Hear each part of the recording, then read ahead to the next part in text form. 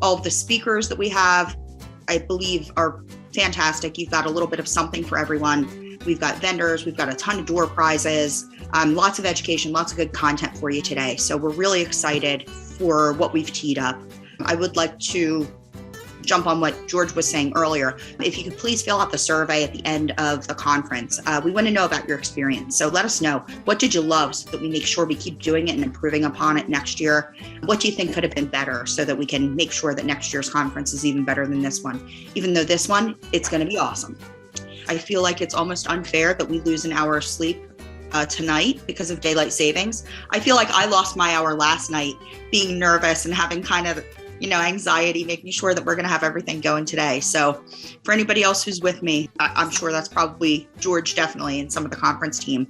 I say we sleep in tomorrow as kind of a reward for everything that this amazing team has helped to pull off today. So we really hope that you guys enjoy the conference, hope that you enjoy all the content that's been pulled together for you. And without further delay, I will turn this over to Mr. George Datto, who is our president of the club. Hey, thanks, Stephanie. So the CCBA welcomes you to our annual conference.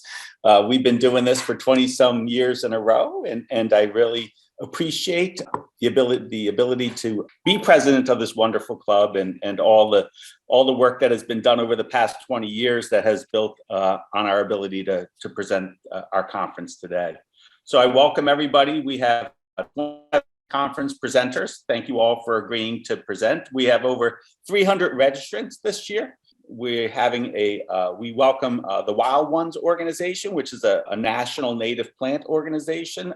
And we have a plant track this year, so it's great to be partnering with the Wild Ones and all the non-CCBA members, who are joining us. So we have probably a third of the participants today are not our club members, which is great.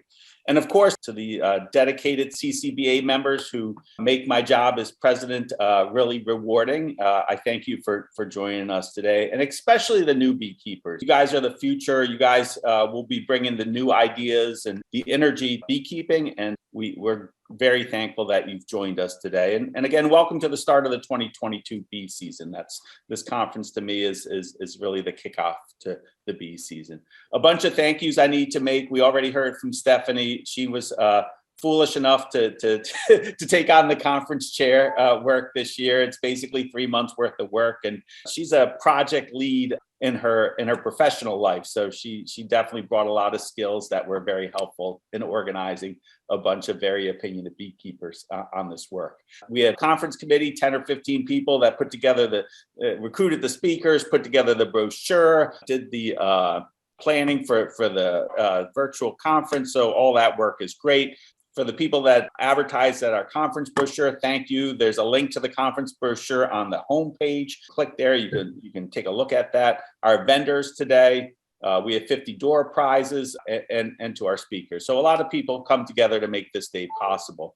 A few opening remarks. This is where Chester County is. For those of you who are not familiar, we're sort of in the southeast part of the state. It's a great place to keep bees. We have lots of open land still. There's a lot of preservation going on and trying to keep open land, which is important. We have a nice amount of water for the bees too. So it's a beautiful, beautiful place, surely home of Longwood Gardens and a whole bunch of other nationally recognized gardens. And if you're in the area, please stop by, and we'd like to try to think that we have some pretty awesome beekeepers too. It was awesome until Hurricane Ida came. This is what our southeast Pennsylvania looked like back on September 2nd of last year. So basically the floods came, and the Brandywine River, which kind of runs through Chester County, always floods a little bit, but surely this time it flooded a lot, as you can see, and really devastated a lot of local businesses in our area. And it also devastated our apiary. So you can sort of see that this is our apiary. This is about maybe 1,000 feet from the Brandywine River. Surely it's a little bit wet, but it's never flooded before. So the flood came through on September 2nd and basically washed all the hives off their stands. And and actually washed many of the 500 feet downstream until it hit a tree. So this was what we were confronted with at the apiary. Really quite a mess. We had 16 hives and 21 nukes out there. So we had 37 total hives when the flood came. And the results were sad. So the results were, 7 feet of water. We could tell that on our shed because you could see where the mud line was on the shed, and pretty much all the hives washed off the stands. All the brood frames were lost. And 3 days after the flood, 20 out of the 37 hives were lost. So they were basically dead, or we couldn't tell what was there. There were 17 left with Mark Queen, but no brood left in any of the hives. So this was September 2nd. So we basically put beekeepers in action. So we ended up removing all the brood frames, basically because they were dead and flooded. We removed a whole bunch of dead bees. The apiary stunk for many weeks. And hives were fed twice a week with sugar syrup in mason jars. The colonies were quite small. The hives were mite treated.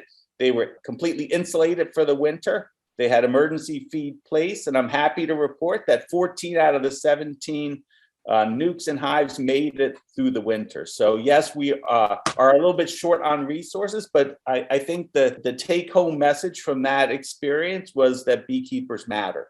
So when we're looking at taking care of honeybees, that it's important to have motivated, educated beekeepers involved. I didn't think any of those hives were going to survive, honestly. I was sort of skeptical. I was like, okay, just because we basically had lost all the brood and all the winter bees were basically lost in September. But somehow 14 out of the 17 made it. And I think it's because of the beekeeper. Obviously, it's because of the beekeeper. So I'm thrilled that you're here today. And really, this is a nice little story that beekeepers matter. As those of you who work with me know that I am a big proponent of inclusion and diversity in our club. I value everyone, and everyone has their own perspective for sure. There's that little quote, like if you ask, 5 beekeepers, you'll get 7 opinions, and I think that's great, honestly. And my hope today is that there's something that you hear today that makes you think a little bit differently about how you manage your bees. I really think that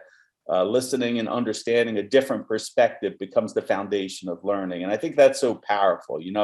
We can all get in our tunnel vision or sort of steadfast in our ways of how we look at this or how we manage our bees. And I really enjoy this conference's opportunity to open that up a little bit, and diversity in the opinions. And I surely will value, as president, every perspective today is welcome.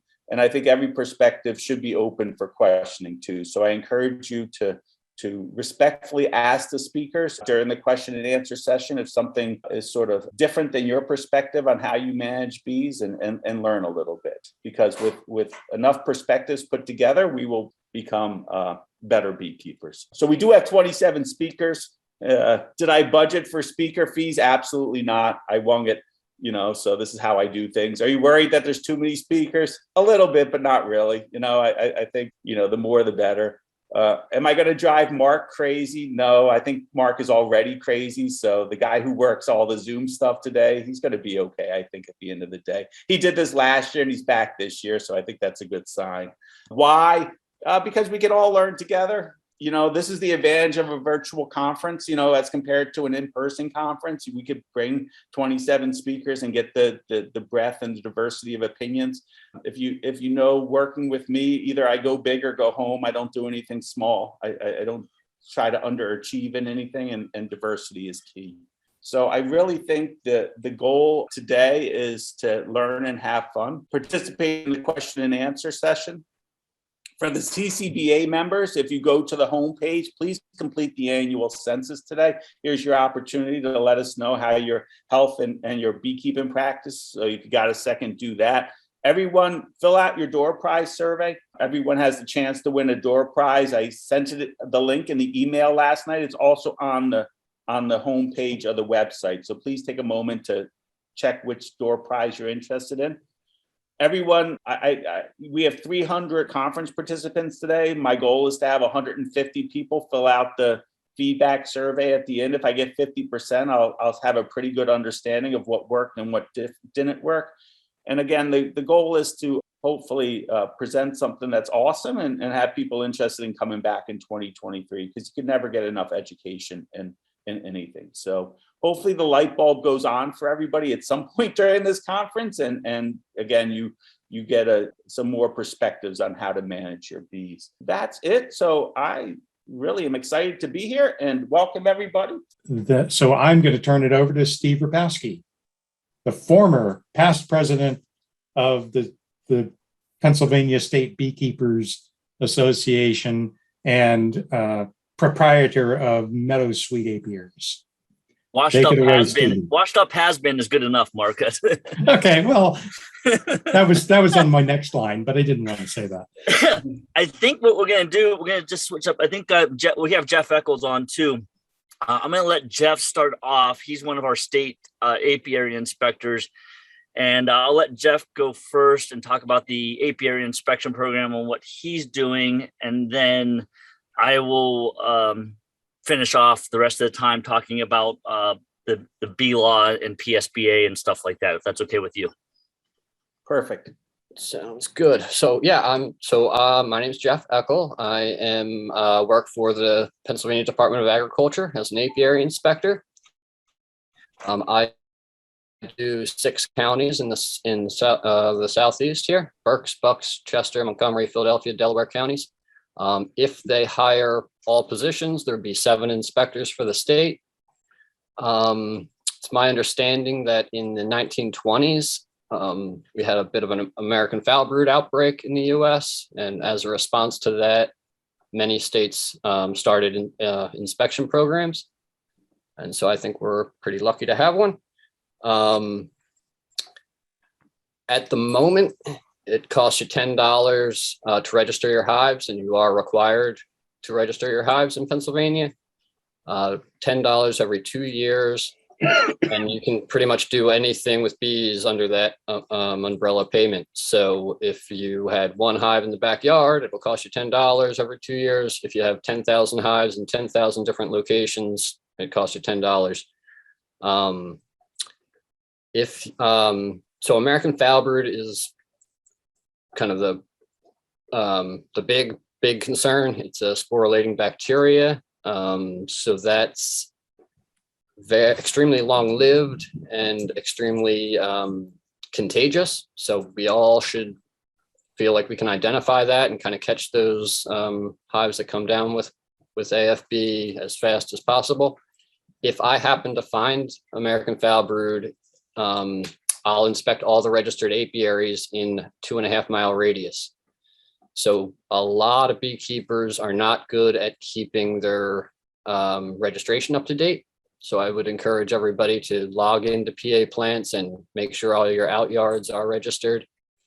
That is, if they're not registered, I don't know that you have bees, and there could be American foul brood in the area.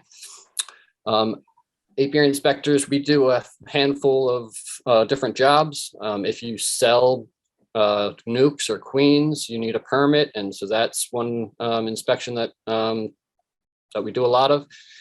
If you're taking your bees out of state, commercial beekeepers or anybody moving across state lines, you need an export permit. So that's something that we do. We do a handful of different surveys, the National Honeybee Survey, the Native Bee Survey, different things like that. And other than that, I'm pretty much kind of, not necessarily randomly inspecting, but inspecting beekeepers for disease and, looking for, all sorts of different diseases.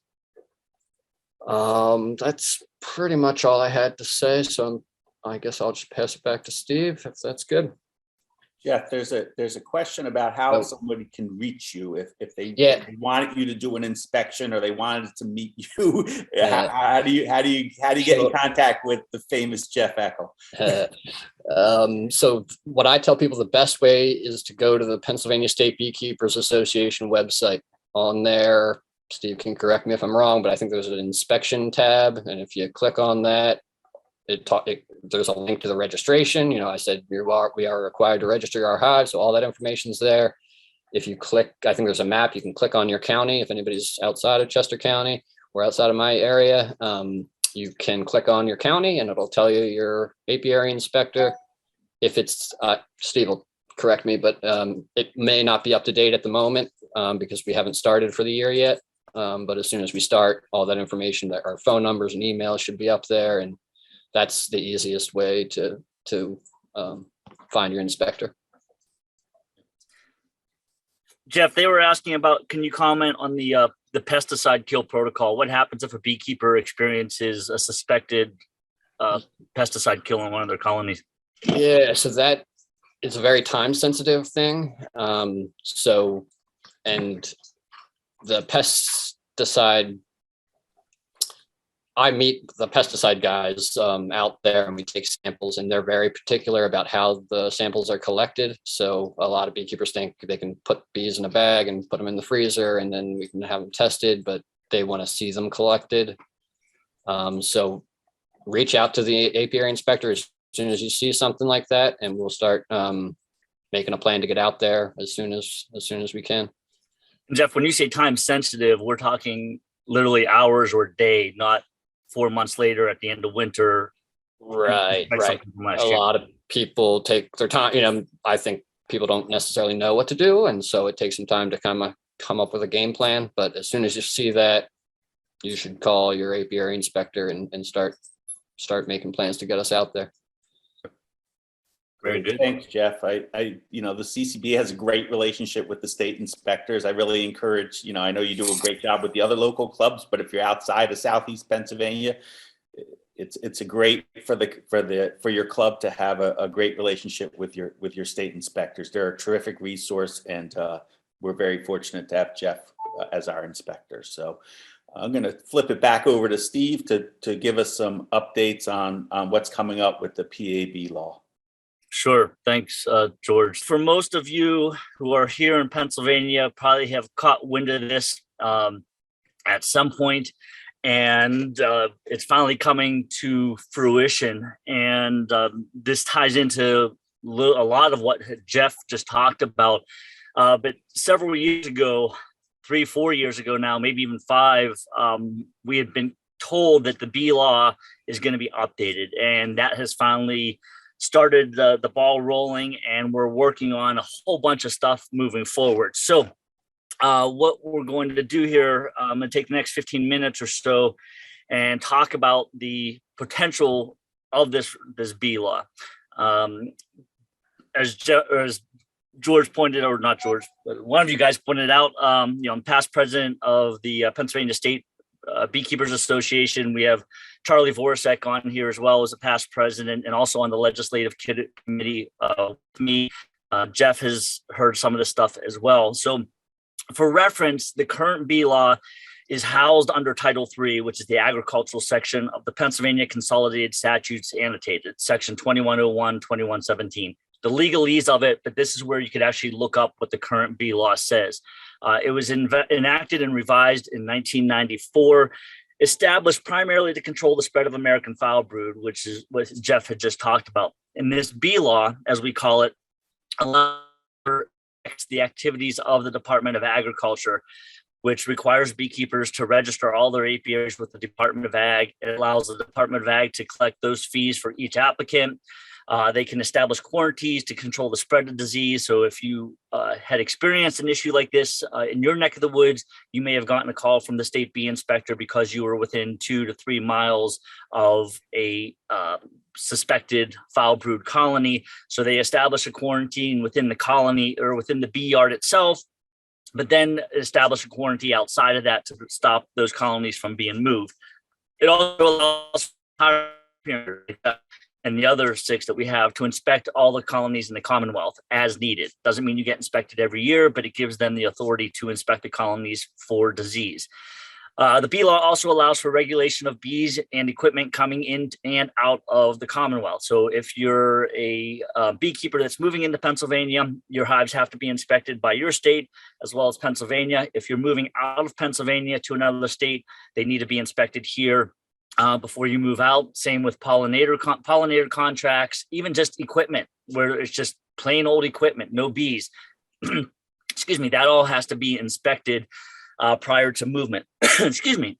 This bee law also allows for penalties in cases where fines and penalties are deemed necessary. So rarely do they get enacted, but there is a section of the law that allows a beekeeper to be fined for some particular violation of the bee law. Right now, the current bee law states that the registration fee is $10 every 2 years. So it's a $5 per year. We pay for it in 2-year increments. The queen and nuke producers are required to be inspected twice a year. There's no fee for that permit, but it is required to sell queens or to sell nukes. All other beekeepers are inspected as needed or as practical. Typically, we get to our beekeepers about once every 3 to 5 years. You can request inspections.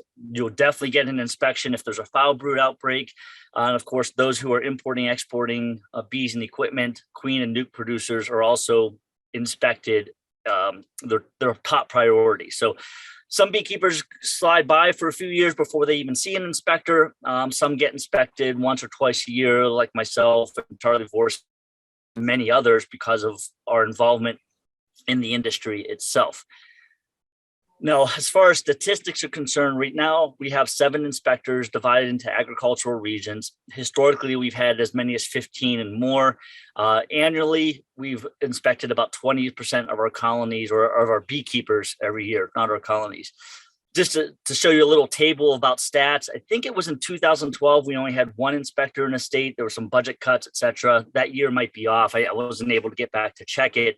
But to show you how our state has changed from 2015 through 2021, as of last year, we've had over 6,300 registered beekeepers in the Commonwealth, and they're managing nearly 61,000 colonies. And we have 7 inspectors to inspect that many beekeepers. It's a huge workload on our inspectors. But we see this continued growth in beekeeping. I mean, we see that through increased conference attendance. We see that in increased Beekeeping 101 classes or bee school classes. So we're seeing this trend in beekeeping continue to rise, but our inspector levels have remained the same and their workload has gone up probably tenfold. I mean, it's just a huge workload on our inspectors, and they work very hard during the time that they are employed. They are a seasonal inspector. They typically start in early April and then end sometime October, early November, depending on their start dates.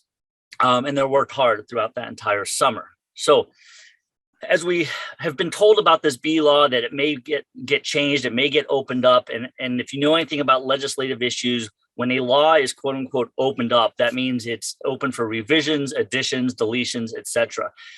As the PA State beekeepers are concerned, we have responsibilities and challenges to all beekeepers of the Commonwealth, whether they're members or not members of the association.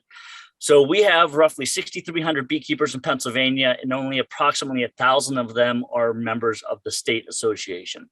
So there's a big discrepancy there as far as the number of people that are actually supporting the state association. And you have to remember, again, that we represent all beekeepers at the state level. So the more members we have of our association, the more push and more power we have at the state legislative level to get the things done that we want to get done.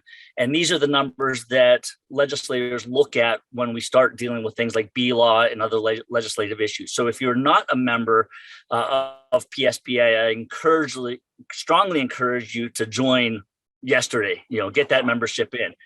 Ultimately, we evaluated the state of the industry in Pennsylvania. We looked at inspector workload. We looked at risk assessments as far as hives are concerned, and the requirements of the inspection program when it comes to looking at the new bee law. Right now, our Pennsylvania inspection program costs approximately $400,000 to operate. That includes vehicles, benefits, pay, equipment, the whole works. Right now, just from the $5 per year that we collect from registration fees, that only gives us about 8% of the operational budget. So we contribute very, very little as beekeepers to our Pennsylvania apiary program. These operating costs come out of the general fund, which also means that our apiary inspection program can be cut for any reason at any time. So if there's a budget shortage, they could say, "Yep, you guys are gone. There's $400,000 we don't have to spend on you. We're going to spend it elsewhere." So it's crucial that we really fight for our apiary inspection program, not only because of the inspectors, but for the safety of the industry and the health of the bees in general. Right now, the goal, as far as the bee law is concerned, is to fund about 30 to 50% of operation costs, which means we need to go from 8% of the budget to 30 to 50% of the budget. So we have to come close to $150,000 to $200,000 of fees moving ahead. So what does all this mean? So as we move into 2022 and this new bee law, we were notified that it was going to be opened up in the next few years. That was last year. It got fast-tracked to this year, and there are steps being taken to rewrite the bee law and also the Plant Pest Act, which is a separate act dealing with nurseries and trees and things like that. So bee law and the bee law and the Plant Pest Act is no longer going to exist. They're going to be rewritten and renamed. They're proposing to call it the Plant and Pollinator Protection Act. And this new law is going to incorporate all managed pollinators. So your bumblebees that are used in greenhouses, your honeybees, those types of things. And it also gives the Department of Ag the authority to act on potential new pests like the tropicolaps and the Asian hornet. As it stands right now, if the Asian hornet shows up, there is no regulatory authority anywhere to deal with it. So this would give them the authority to work on pests like that. As far as the state association is concerned, we've been actively engaged through our legislative committee. Myself, Charlie Voracek, current president Mark Gingrich, vice president Steve Fink are all on the legislative committee, and we've been trying to work with Department of Ag. Department of Ag has met several times. We, as the PSBA, have requested updates regarding status and details of what's been worked on, but we've been given very little to go on. And that's just a function of dealing with government. It's the red tape, right? Ultimately, our committee has met numerous times and discussed possible recommendations.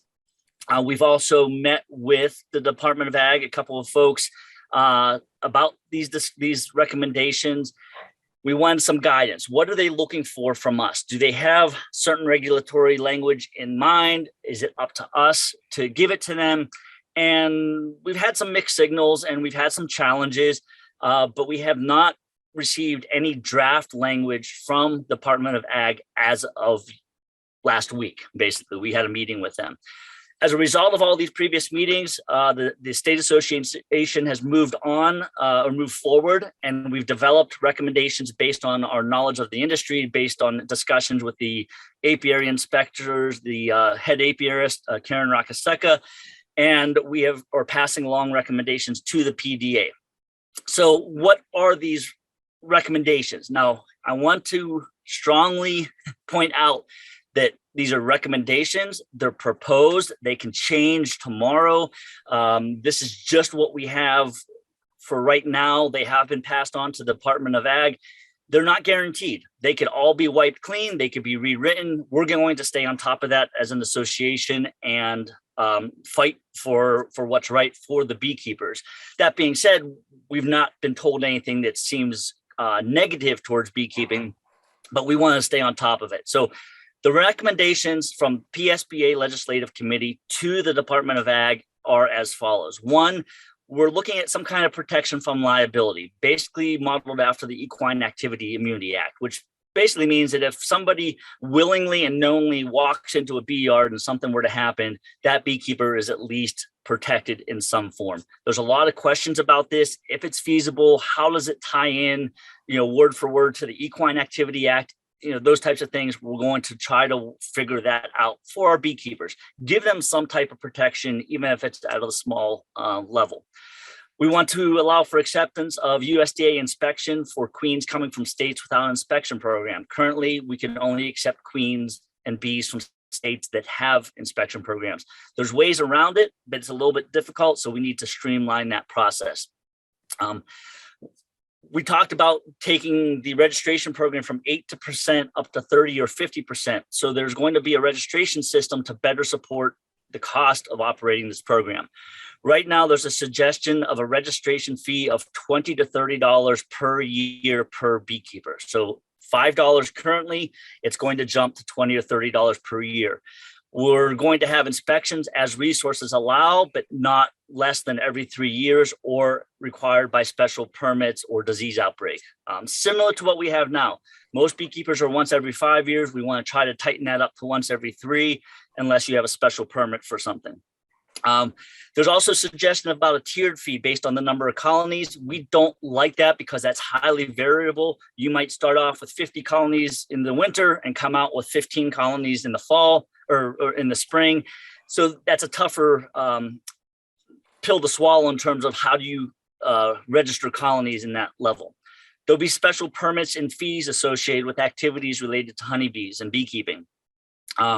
Queen producers and sellers, anybody who sells, gifts, barters queens would be required to have a permit unless you sell, barter, or gift 3 or fewer. There'd be a $25 permit fee with no inspection required due to a low risk of disease transmission. Right now, queen producers are required to be inspected.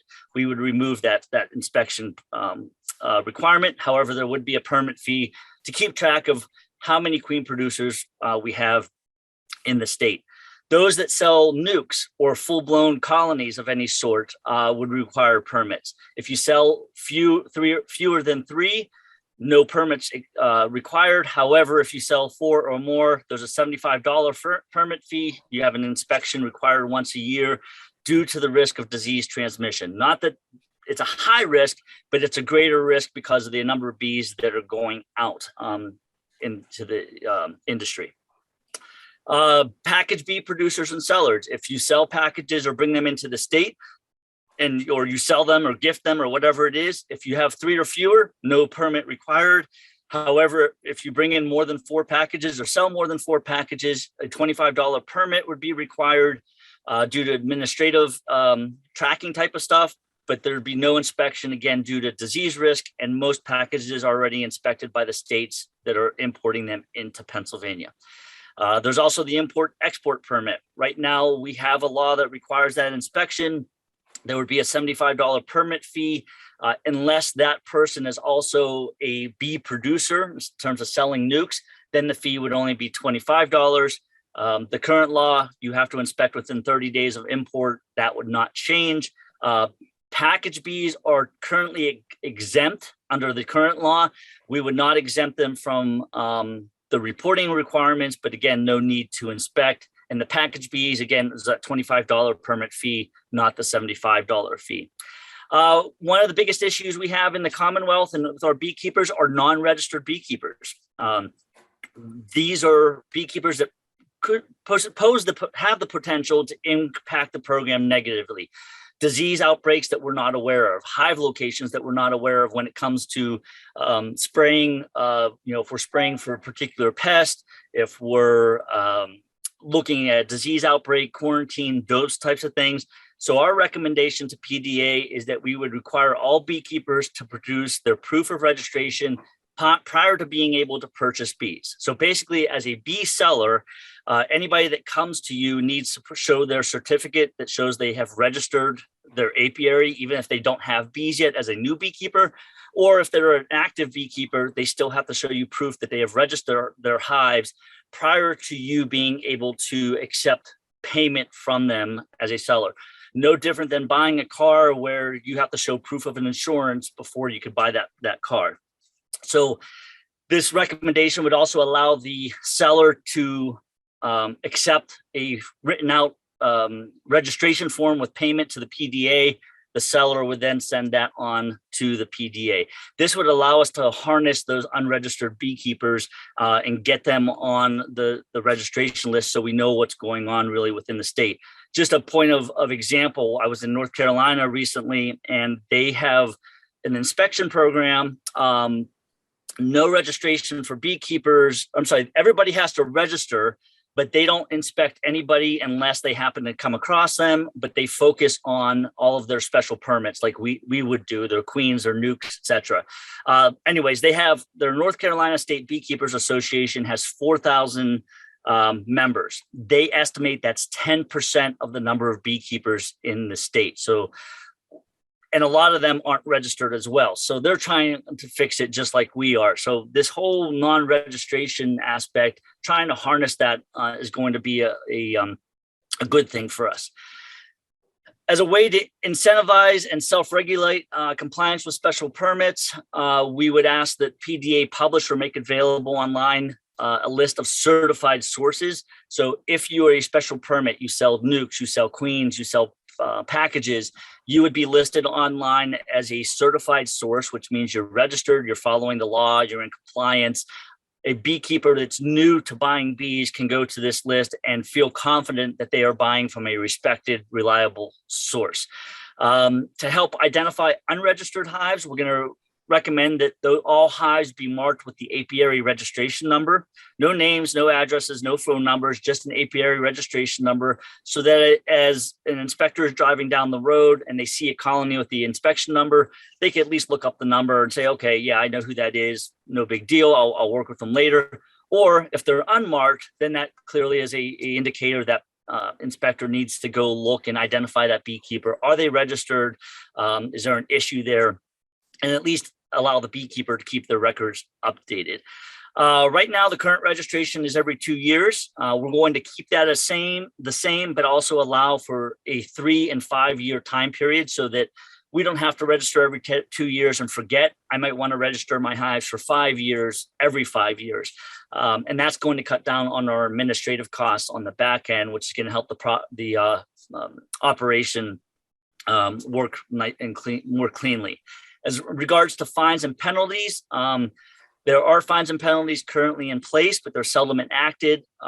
We have been told, and this has been repeated numerous times to us, that there will be a policy change that fines and penalties are going to start to be enforced a little bit more. We're going to recommend that we start with warnings and then escalate to significant fines and penalties for willful non-compliance if you don't follow other regulatory activities. So if you don't register your hives, chances are you're going to get a warning and be made to register your hives. If they find out that you don't register in 2 years again, you might get more than a warning. And we don't know how this is going to play out. We haven't seen the language yet, but we have been told that these fines and penalties will start to be enacted a little bit more. We are under a regulatory authority from the Department of Ag. We are not, even though we consider a lot of beekeeping just hobbies, this is a larger industry that falls under the regulatory authority of PDA. So these types of things do come down the pike. We also want to implement wording that establishes beekeeping is permitted in Pennsylvania unless otherwise prohibited or restricted by a municipality. We've been putting out fires left and right for the last 7 years about municipalities trying to prohibit or restrict beekeeping in some way.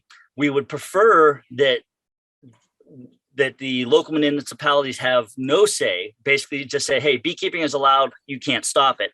Unfortunately, we've been told this numerous times, is that the state will not step on the authority of local municipalities. So what we're trying to do is just say, hey, unless you have a specific code in place that prohibits or restricts beekeeping, you can keep bees in Pennsylvania. Then it'll be up to PSBA to try to fight those little fires where a municipality is trying to restrict or prohibit. And we've been doing that. We also want to limit jurisdictional fees and license requirements to not exceed state fees and requirements. There's some municipalities out there that charge ridiculous amounts of money for a permit for somebody to keep bees in their backyard, and we want to limit that. There's also current issues about the ignorance of beekeepers of the requirements needed to keep bees in Pennsylvania. Oh, I didn't know I needed to be registered. Oh, I know I need a permit to sell bees. So we need to implement a campaign, and this is coming from PSBA in conjunction with PDA, to educate beekeepers, put out pamphlets, emailing through memberships and registrations and bee clubs, bee suppliers, put all that information in pamphlets and just hammer home all of the new information that's going to be coming out with this bee law. We also are looking at language that's going to may be included to allow the Department of Ag to increase fees no more than X amount of dollars every couple years. So it might be, your registration fee is $25 a year. However, the Department of Ag cannot raise it more than $5 every 5 or 7 years, or whatever that number is. Again, these are all recommendations. Nothing's in play. Nothing is set in stone.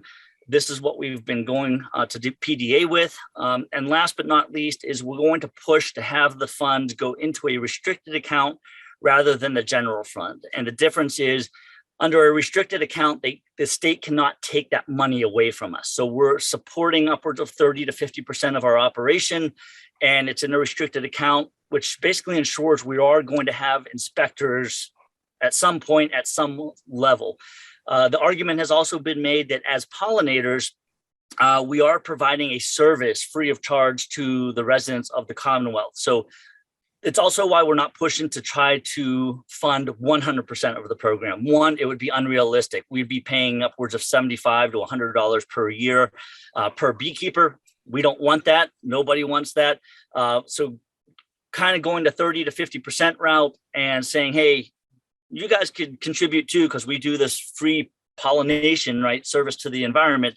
And it's kind of a nice meet in the middle type of thing. So a lot of this stuff is going to have a lot of discussion, a lot of, I don't want to say issues, but it could be an uphill battle to work this out into a legal environment. So our next steps, we've given these recommendations to PDA. They're going to review them. It's going to take months to get through all this. Once a draft is completed of the Plant Pest Pollinator Act, it has to be written up, given to the legal end of things. They have to look at the legalese of it, make sure everything fits in, and then it'll come back. We'll be able to review it. We'll have time to make recommendations. We'll have time to solicit comments from our members. And the hope is, and what we've been told, is to have this new language in place by the end of this year so that it can be submitted to legislative committees. The committees will have their opportunity to tear it apart and add what they want and change what they think they should change. And then it comes back and we have to, that might be where we need a call to action to get on our legislators to do this or do that. And we don't know what that is just yet. Ultimately, we're going to update membership as needed. We promised this back in November at the state conference. This is as far as we got, and that's government for you. Right now, there's no need for a call to action. Don't get everybody riled up. We don't need to call the legislators. We don't need to call the Department of Ag or the governor or the Secretary of Agriculture. We need to let the process play out. We need to let the steps come into play as they do. And we also have made it clear to the Department of Ag that we would like to be in a position to support new legislation. But at this point, we cannot offer support without knowledge of all the language as it pertains to the honeybees and the beekeepers of Pennsylvania. So they know where we stand. We have solid footing. We have a great legislative committee. It's a frustratingly slow process, but we are moving forward slowly but surely. As a wrap up, two things I'll get yelled at if I don't mention. Our PSBA picnic is July 16th at Fisher Bee Farm in McVaytown. Our annual meeting and conference is November 16th. That's not right. November 4th through the 6th. November 4th through the 6th in State College for the annual conference and meeting. And with that, guys, I think I've got time for a few questions if there are any. However, we would like your comments. So if you have any comments of what you saw tonight, we don't need dissertations. We just, hey, we support you guys. Hey, have you thought about this? Send them to treasurer@pastatebeekeepers.org. And Bob Tasterow will take those and compile them and get them to the legislative committee of PSBA. And it'll just get us a feel of the temperature of the environment here. We're going to see everything. I know there's people out there that are just screaming at me with the mute button on because they think this is ridiculous. There's others that are going to be very supportive. We get that.